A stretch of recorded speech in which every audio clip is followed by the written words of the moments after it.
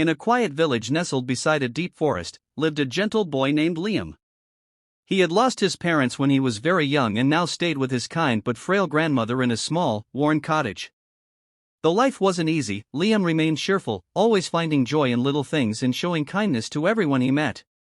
One breezy afternoon, as Liam wandered near the forest's edge, he felt something unusual. A warm gust of wind brushed past him and seemed to whisper his name. Curious, he followed the breeze down an overgrown path hidden beneath wildflowers and fallen leaves. The path led him to an old, vine-covered house that looked like it hadn't been touched in years. Its windows were cracked, the door hung loosely, and the roof sagged under moss and time. The villagers spoke of it in hushed tones, calling it cursed and warning others to stay away. But Liam didn't feel fear. As he stood before the house, he heard something faint, a soft, rhythmic hum, almost like a heartbeat. It felt as if the house was alive, not in a scary way, but as if it had been waiting for someone. And that someone, it seemed, was him. Liam pushed the creaky door open and stepped inside. Dust swirled in the sunlight, and the air smelled of age and forgotten stories. But almost instantly, something magical stirred. The wooden floor beneath his feet felt warm, as if welcoming him. As he moved through the dim hallway, the walls seemed to hum softly, like they were singing a lullaby only his heart could hear. The house, he realized, was alive, not with ghosts, but with feeling. When Liam smiled or hummed a tune, the lights flickered gently, casting a golden glow. But when he spoke of fear or sorrow, the house dimmed, as if it too shared his pain. Intrigued and moved, Liam returned the next day, and the next, each time bringing something special, a drawing, a loaf of bread, a whispered story. He sat in the quiet rooms and laughed, spoke kindly, and cared for the house like a dear friend. Day by day, the crumbling walls repaired themselves with vines blooming in bright colors.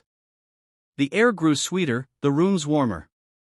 What was once called cursed now began to feel like a sanctuary. And all it took was a boy's kindness to make a forgotten house feel alive again. Thunder roared across the sky as a wild storm swept through the village. Rain poured like never before, and wind howled around the tiny cottage where Liam and his grandmother huddled by the fire. Suddenly, amid the storm's fury, came a loud knock at the door. Liam opened it to find a stranger, soaked, shivering, and weary, his eyes filled with fear. Without hesitation, Liam pulled him inside, wrapped him in a warm blanket, and shared what little food they had. He gave up his own bed so the man could rest, and stayed by the fire through the night to keep the room warm. Outside, the storm raged on, but inside, something extraordinary happened. The magical house at the forest's edge, though miles away, began to glow brighter than ever before. Its walls shimmered with golden light, and the vines bloomed with radiant flowers, untouched by the storm. By morning, the stranger had vanished. In his place on the windowsill was a simple, handwritten note: "Kindness has unlocked the final magic." Liam held the note close, not knowing who the man truly was, but deeply understanding that something greater had been awakened by his simple act of compassion. In the days that followed the storm, the once forgotten house at the edge of the forest began to change in ways no one could ignore. Its crumbling walls were now covered in blooming vines that shimmered with color. Soft light poured from its windows, not from lanterns, but from a warm, golden glow that seemed to come from the house's heart. It no longer looked abandoned, it looked alive, full of peace, joy, and quiet magic. Word spread quickly through the village. Curious and cautious at first, people began to visit. They found comfort inside its walls, where laughter echoed gently and sadness seemed to melt away.